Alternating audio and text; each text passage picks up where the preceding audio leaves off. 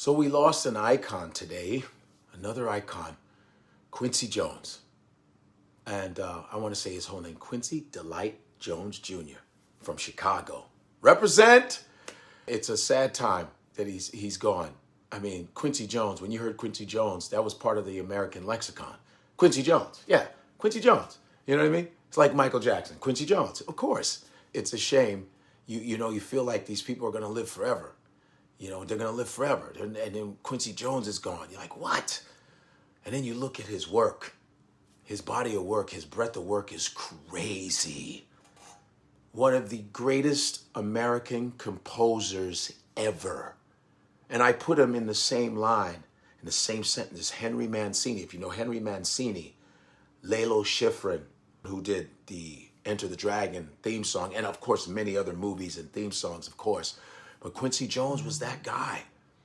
Quincy Jones, 70 years of entertainment and creativity and just swag, reached all genres of music. Jazz, he started off as a jazz man, He learned jazz as a prodigy in Seattle, learned jazz and then went to France to study composition, performed all around the world, worked with the greatest musicians and singers, Sarah Vaughan.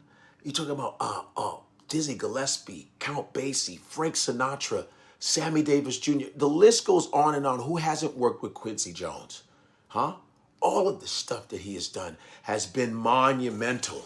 He has so much stuff that I had to write it down. Can I just read some of his stuff he's done? He scored the Anderson tapes, Banning, Bob and Carol and Ted and Alice, The Brother John, Cactus Flower, The Color Purple, The Counterfeit Killer, Dandy and Aspic, The Deadly Affair, Dollars, Enter Laughing, For Love of Ivy, Get Rich or Die Trying, The Getaway, The Hell with Heroes, Honky, The Hot Rock, In Cold Blood, In the Heat of the Night, The Italian Job, Jigsaw, John and Mary, Last of the Mobile Hotshots, Lola, The Lost Man, McKenna's Gold, Mirage, The New Centurions, The Out-of-Towners, The Pawnbroker, The Sled Thread, The Split, They Call Me Mr. Tibbs, and Walk, Don't Run. These are the films that he scored. Austin Powers, that famous song. That's Quincy Jones also. And let's not even talk about the different genres from jazz to, we got the rock and roll era.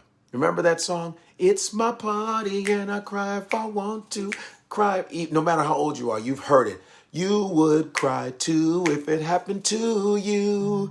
That's Quincy Jones. So he had his hands in everything.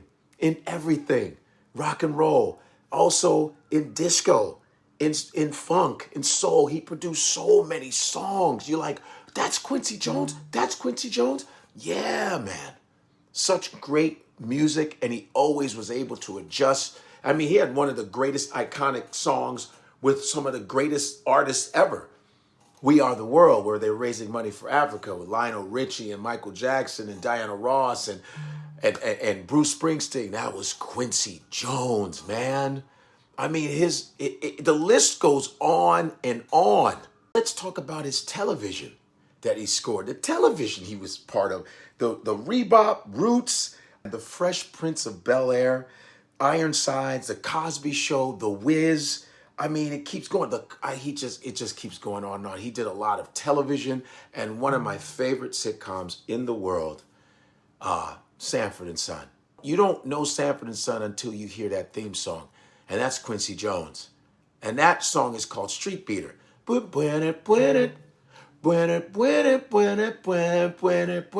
you think about is, hey, Lamont, you big dummy. Esther, you so ugly, I'll put your face in dough and make gorilla cookies. Sanford and Son, Quincy Jones. Oh, yeah. Let's talk about the greatest artist that Quincy Jones produced with. The greatest pop star ever.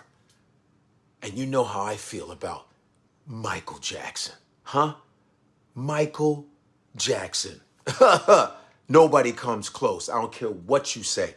All right? Quincy Jones was on the Off the Wall album, Thriller album, and Bad album. Huh? Michael Jackson. Quincy Jones. Shimon, man. Shimon. Oh, yeah, Quincy Jones also was considered to be the Renaissance man of American music. Come on, man. This little black boy from Chicago, the south side of Chicago, Illinois, my hometown, huh? For him to get through all these doors and to navigate, that's how talented he was. He was transcending color, as they say. Oh, yeah, he has some firsts, too.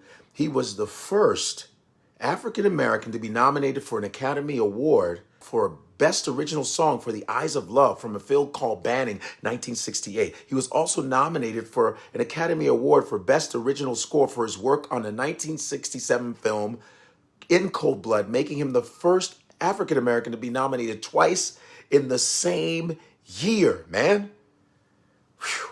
I don't want to keep blabbing, but I just want to give my homage to a giant who has shaped my life, shaped all of our lives with his music and his wonderful talent and his creativity. And this is my salute to King Quincy Jones. May you rest in peace. May you rest in power.